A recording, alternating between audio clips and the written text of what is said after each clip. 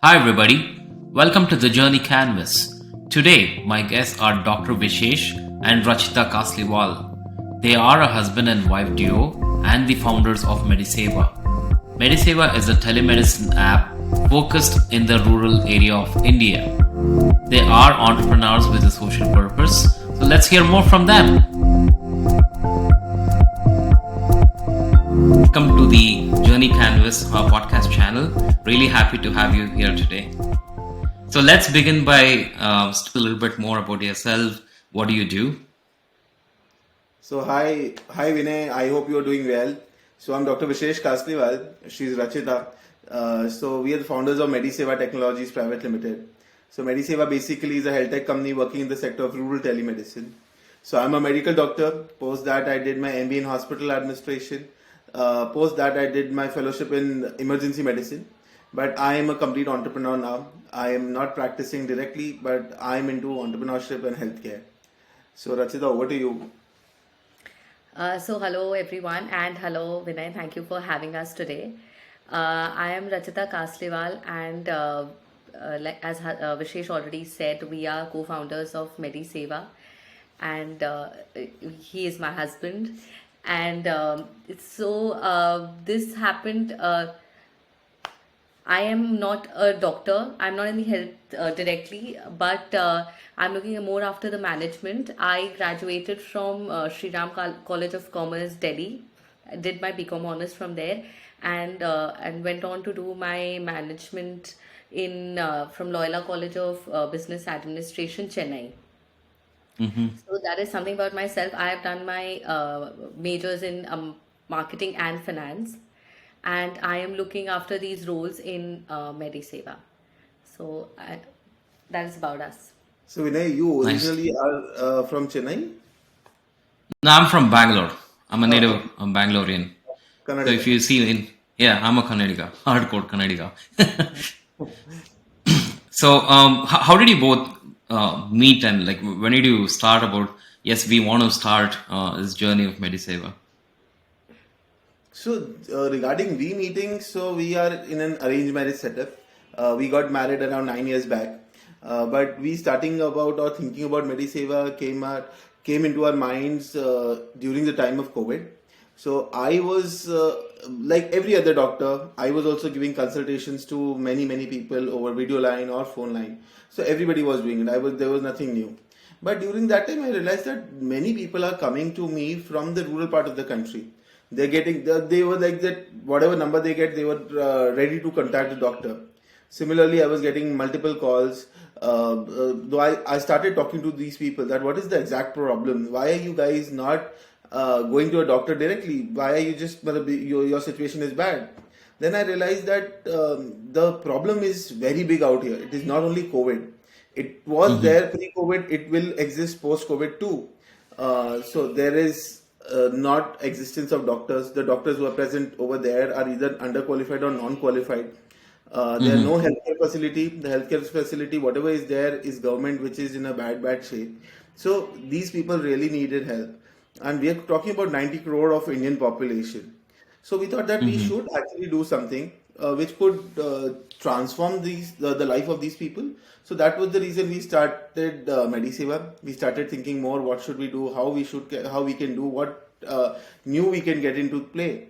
Then the journey of MedySeva then began.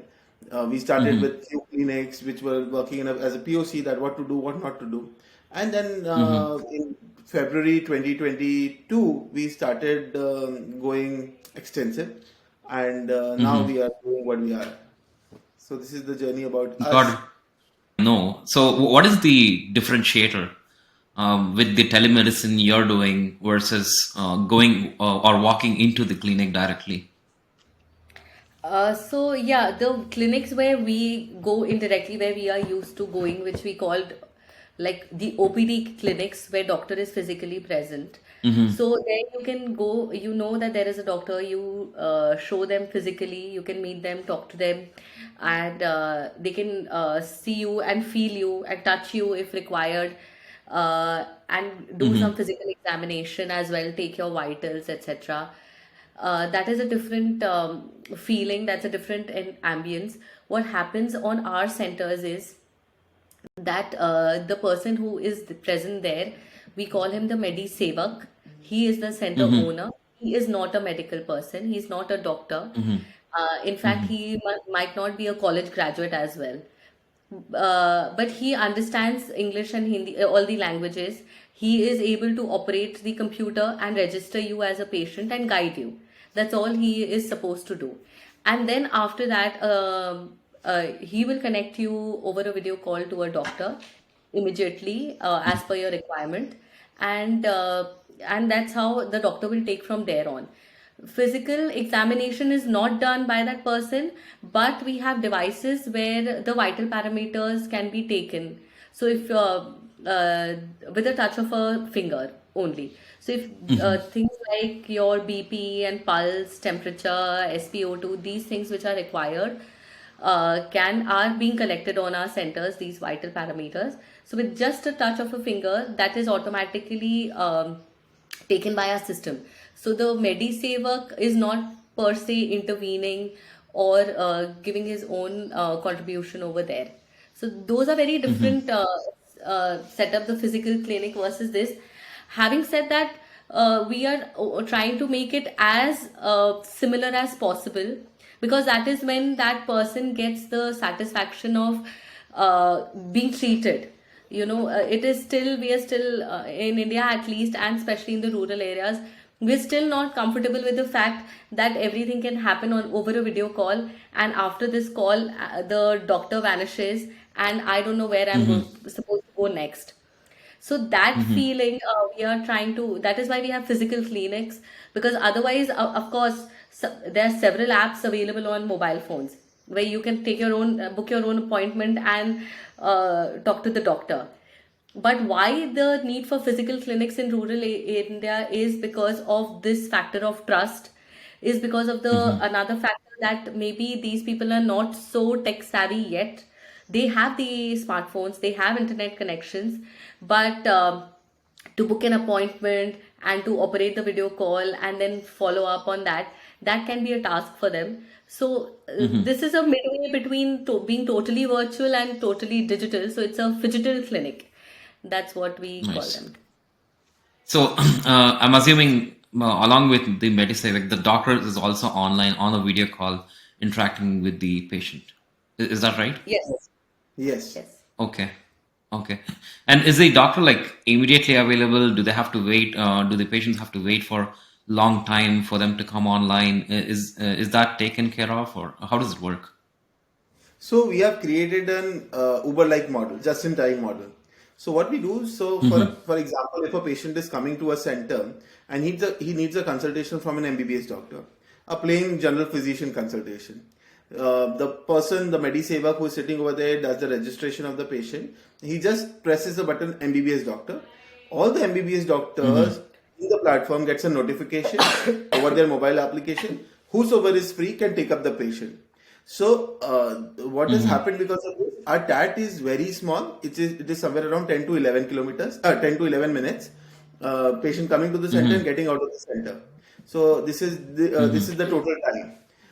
So this helps for not getting into this queues, long queues. This is also left.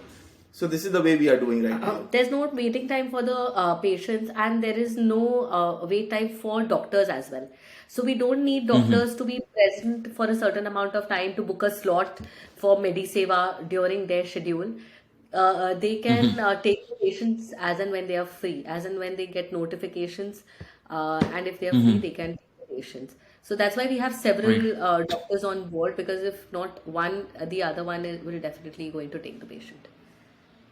Got it. And one of the things I saw on your website, I was really impressed, right? Like being a person in a rural or urban place, no matter what, I just love the fact that you have many specialities, right? It's not just a generic physician I'm attending to, but let's say a person like who wants to meet an endocrinologist, or somebody who wants to talk about cancer, oncology, like sitting in a rural place or any remote place, I'm able to talk to a doctor of the right specialty. I can get to the right person at the get-go. That was really impressive. So my question to you is, um, you said it's a Uber model, right? That's really it sounds like music to my ears.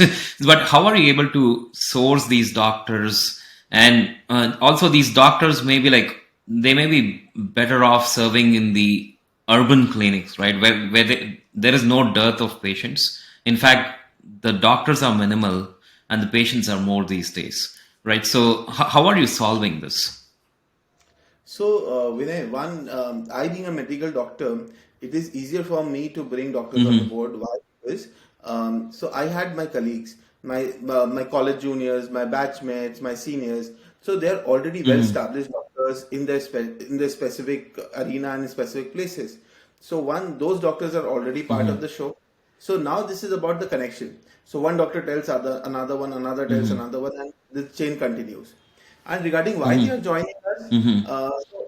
everybody is earning well. So it is not about the money out here, but it is about some substance. Mm-hmm. They know that they need to Mm-hmm. help those people who needs the most, and these are the people. The rural people are the people who actually needs their help rather than the urban patients. So that is also one reason Mm-hmm. that they are joining hands and they're coming on board Mm-hmm. to maybe serve the society, and Mm-hmm. maybe a side income is also coming, so they are very okay with that as well. So these are the Mm-hmm. reasons. Got it. It's a social cause which they're serving to, right? I think, Social cost for the doctors. and right. And I remember like my uncle saying he's a doctor. He said like any doctor, like the first thing once they graduate is take an oath, right? Say they're going to serve the patients, and it's a very noble profession, and making sure everybody gets the care they need at the right time. So that's really impressive. Like you're able to tag on to the social cause and helping the patient, like rural or urban patients are patients. People, there are people who need care and help at the most. So, Definitely. um, Well, doctors yeah. don't need, like, there's nothing to lose for them because they don't Hmm. need to physically travel anywhere. They don't need to book a slot. They just need to enroll with us. And if there's a patient and they are free sitting in their own clinic in between patients, or even Hmm. in their car, they can give consultation.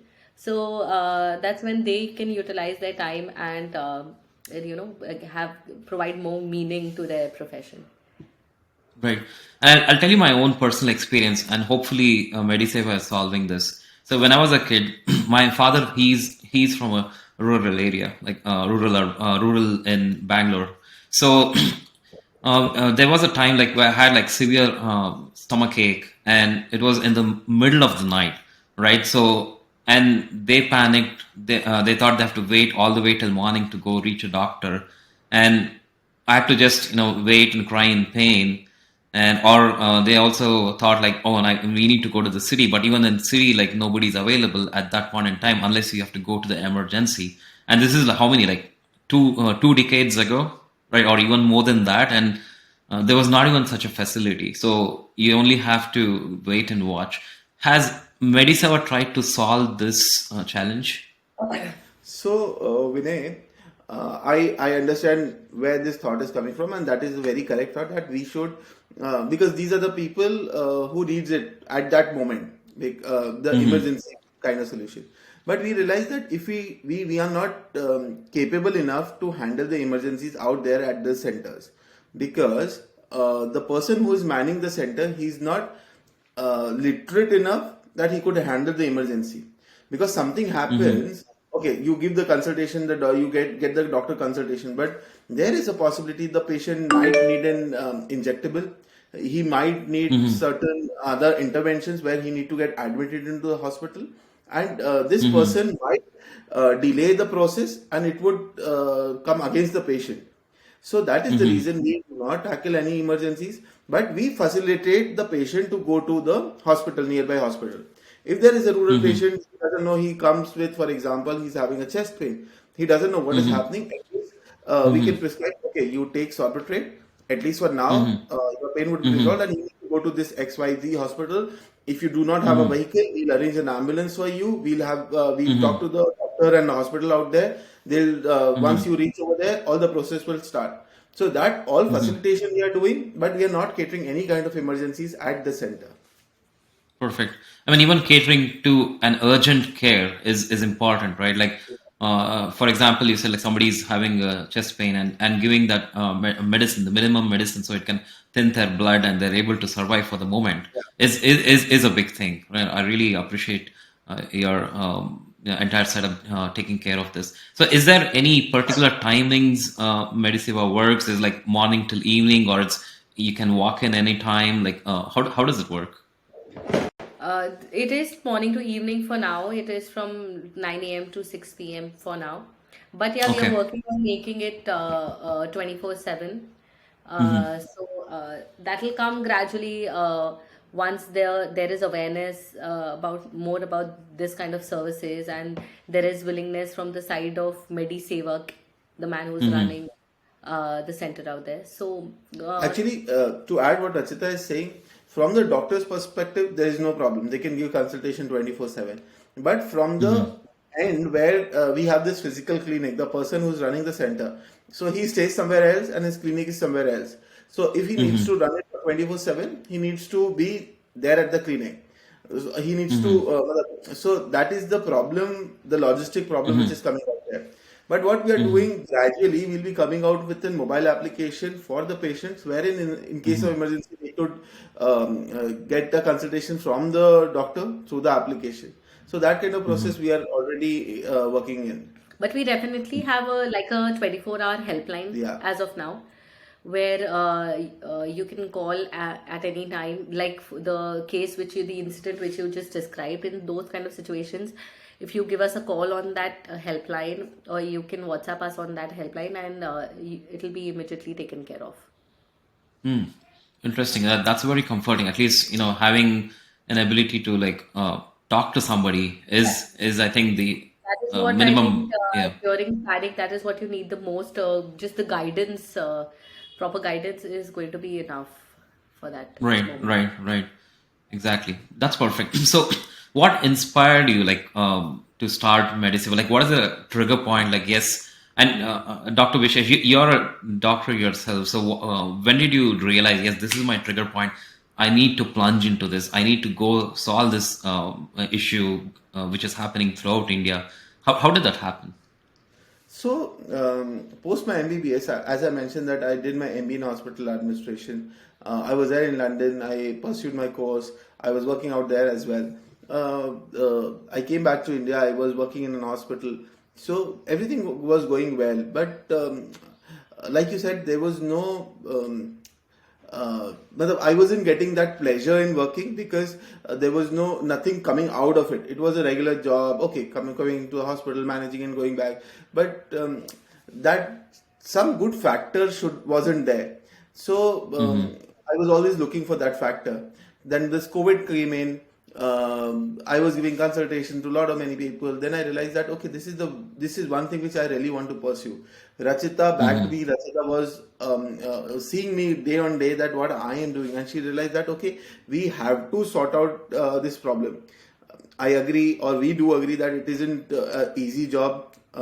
Catering the whole country is very difficult, but at least we can start. Mm-hmm. We can be a very small part of the bigger problem. So we Mm-hmm. should get into this thing. So that was the reason Mm-hmm. that the COVID actually triggered my inner voice that okay, bro, you need to do it right now. So we didn't waste time and we started it during the time of COVID itself. Mm-hmm. Interesting. So, what did growing up look like you? Like, did you have this idea any day in mind? Yes, this is something I want to do, or was it just the COVID which kind of was an eye opener, and this came to your mind, and you decided to plunge into this? So, frankly, this idea didn't came during the time of COVID. So, I Mm-hmm. used to work with a company which was into telemedicine, but that Mm-hmm. telemedicine company was working through a chatbot. They had a chatbot. I, being a Mm-hmm. doctor, I was talking to patient just with chatting. Mm-hmm. ठीक है, gradually everything got sorted. Now the company isn't in place. Mm-hmm. But that was the time when I realized, okay, this is a good method, and telemedicine is Mm-hmm. nothing like this is not new. This was already there, Mm-hmm. but in a different form. It was already going on since years. But Mm-hmm. advent of technology has changed everything. So that was the time I realized I thought that I want to do something into telemedicine, but that wasn't the right time. Then COVID came in, and I realized that this is the perfect time that we should get into this space. But which the urban or the rural? So the COVID was the game changer that we need to get into rural telemedicine. So this happened that ways. Right. I mean, you're a doctor turned entrepreneur, right? And MBBS medicine teaches you how to go treat patients, right? It never teaches you like how to become an entrepreneur. Like, what was the journey like? It's a total shift, right? Like you're looking at a totally different angle, but again, you're putting your social cause hat on. So you want to make sure, yes, I'm serving, I'm doing good, giving good, but at the same time, I'm also an entrepreneur. So, I'm from a business family.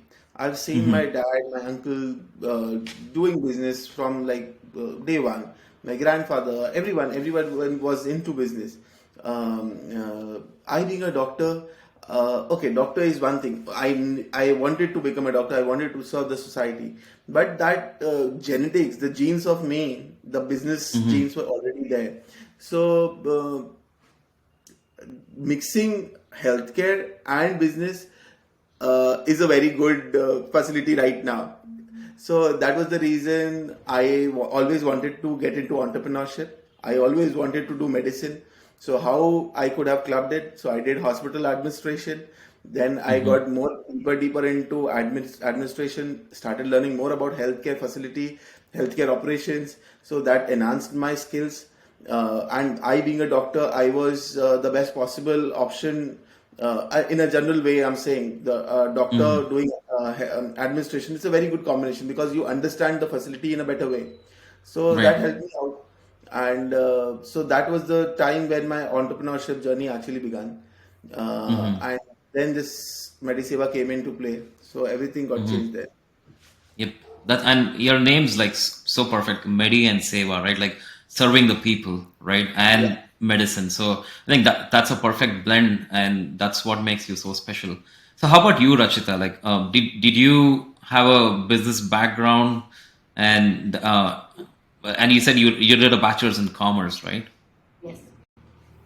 Mm-hmm. Yeah. I also come from a business background. My family, I'm from Ranchi originally, Ranchi, Jharkhand in India. So if you know, have you heard of MS Dhoni?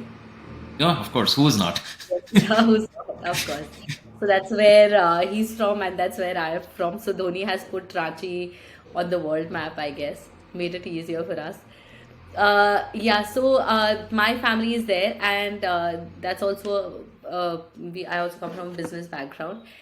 Before I Mm-hmm. got married, I was also involved in the family business with my dad for a while.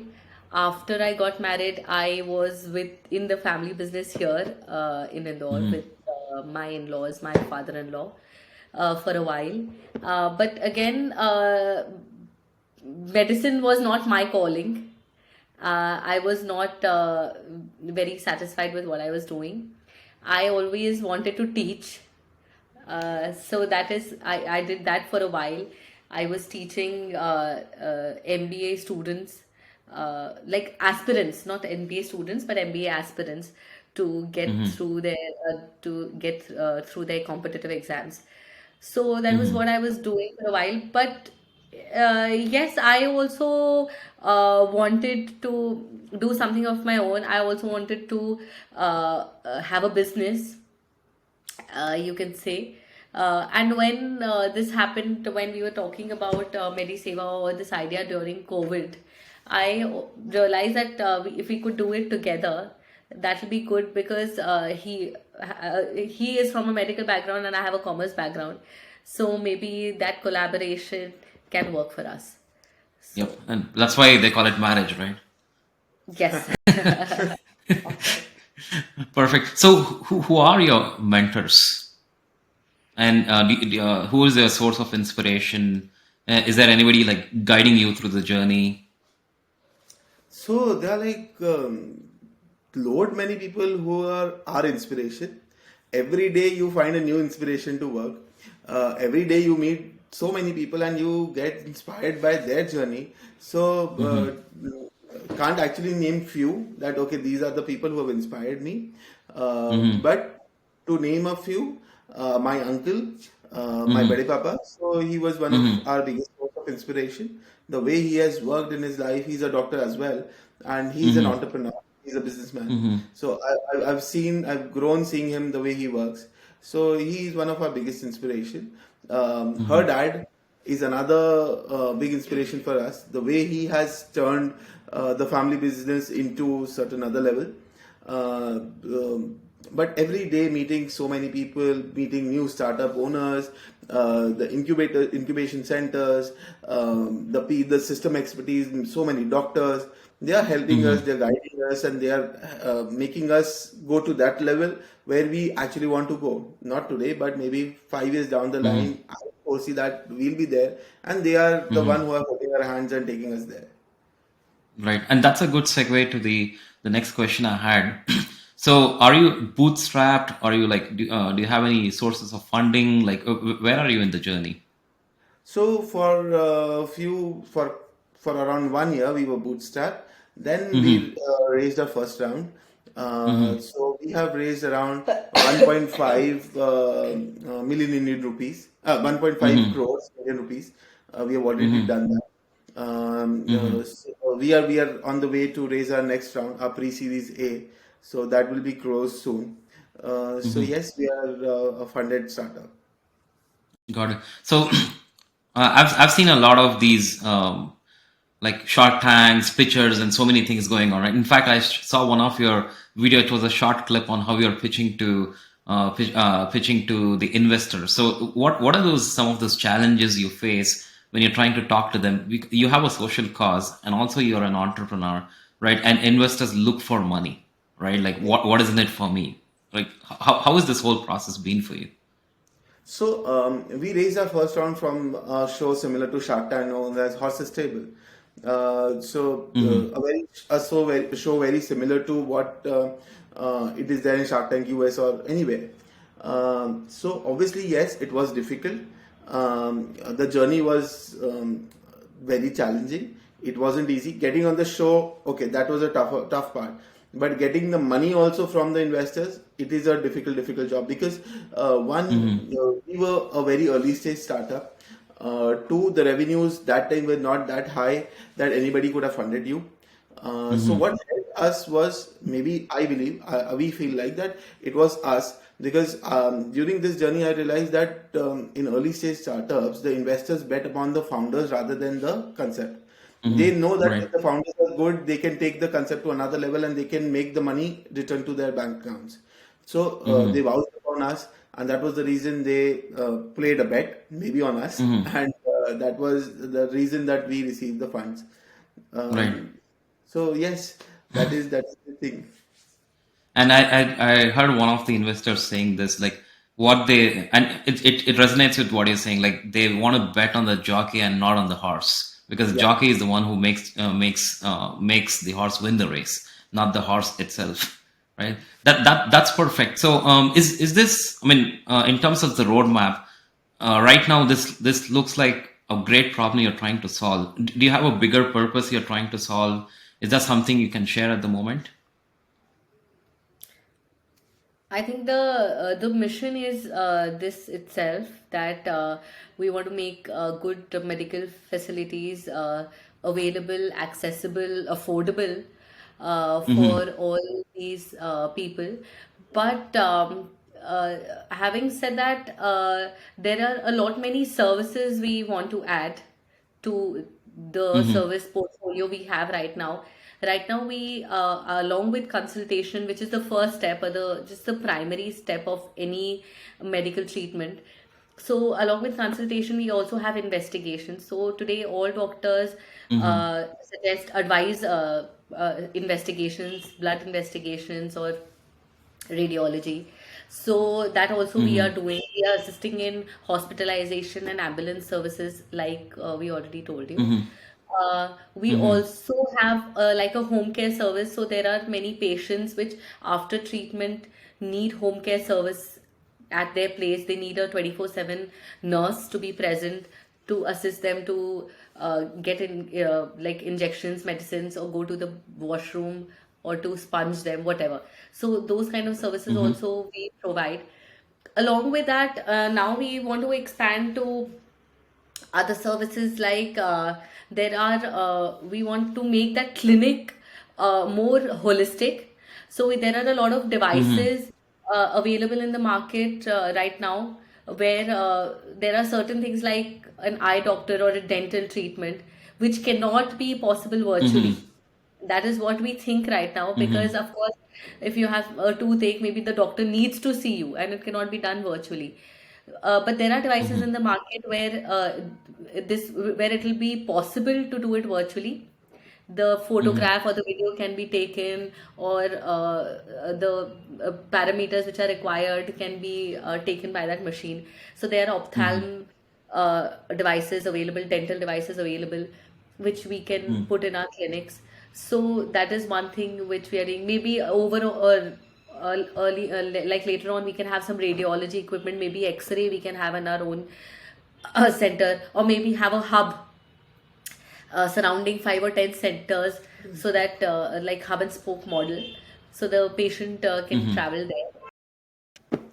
So currently you have presence in the north of India, right? Do you have plans on expanding all to the south and throughout India? Like what's your plans? Yeah, so that is the plan. We want to get across the country at every nook and corner, Mm-hmm. wherever there are patients. So our focus, our objective is that MedySeva Kendra should be present out there, so we can help the most amount of people. We Mm-hmm. are there in the north. We are there also in the northeast side of India. Uh, we are there in the central part of India. So right now, we are mostly there in the Hindi-speaking states, Mm-hmm. because our doctors are mostly Hindi speaking, and our MedySeva, and we ourselves are comfortable with that. Our the marketing material is in English and Hindi. We definitely, if we go to other states, we need to be in the regional, like the local language. And you yourself are from Karnataka, so you know that the doctors, the patients require someone who would speak Kannada, Mm-hmm. you know. So we are onboarding such doctors. We are having our whole system, the portal, the software portal is also in English, or Mm-hmm. maybe in Hindi. It can be translated, but we want everything to be in the regional language. Mm-hmm. So at once that we do that, it will not take a long time for us to reach all the states in India as well. Got it. And I think, yeah, spreading the goodness and across all the states and making it more personalized by that region, by that language, especially the rural area, right? That's what Yeah. is the success mantra. I really love your idea on that. So before we wrap up, I have one last question. So what is your advice for the budding entrepreneurs, and especially those people like who have great ideas and who want to like just plunge in and be able to execute their ideas, right? So what is your advice for them? So there is one thing which I tell every entrepreneur or whosoever is having any idea, which you actually mentioned. So the incubation system in India is like really good. The problem is that the entrepreneurs doesn't know that how government is helping people around, or how the incubation centers could actually make a big difference in your entrepreneurial journey. Mm-hmm. Um, People won't be knowing this, but the biggest investor across the world is the Indian government. They In are startups. in startups. They are investing heavily, and they really want startups to grow and change the economy of the country. So that is the reason the government is spending a lot of money, or they are actually giving grants, or they are giving debt, whatever. But they are doing a lot. So it is just the right channel which they need to understand. They should be aware about the incubation centers. They should be aware about the government schemes, how they can actually get help out of that. Because at very early stage, you should not give a lot of equity to in exchange of money. Mm-hmm. But these grants actually could help you out a lot to get into that phase where your revenue start churning up, and then if required, you can get into these kind of fundraiser and all. So Right. in my initial days when we started MedySeva, thankfully I got connected to multiple incubation centers and to people around who were system expertise who knew how the startup ecosystem works. Because I come from a two-tier city. I am not from Bangalore or Delhi, where startup culture is already onto that level where everybody is aware about all the stuff. And there are people around who are there to help them out. So, but specifically, I'm talking about the entrepreneurs coming from tier 2 and tier 3 cities, that a lot of help is available through government and a lot of help is available through incubation centers. So they should focus upon that. And then they could just take a big leap and they could do wonders then. Right. And that's a very valuable tip you shared. And I really love that. So do not succumb to pressure. Don't give up your equity at a very early stage. Right. There are grants available. They just need to probably do more research and believe in themselves. Exactly. Yeah. Thank you so much, Vishesh and Rachitha. This was a very valuable conversation. I really enjoyed the entire journey and like you sharing how you got into this. I almost felt like I started the journey with you as I started speaking, and we know like where you currently stand. Thank you so much. Thank you so much, Vinay. It was a great conversation. Thank you for having us today. And it was a pleasure talking to you. Thank you so much. Absolutely.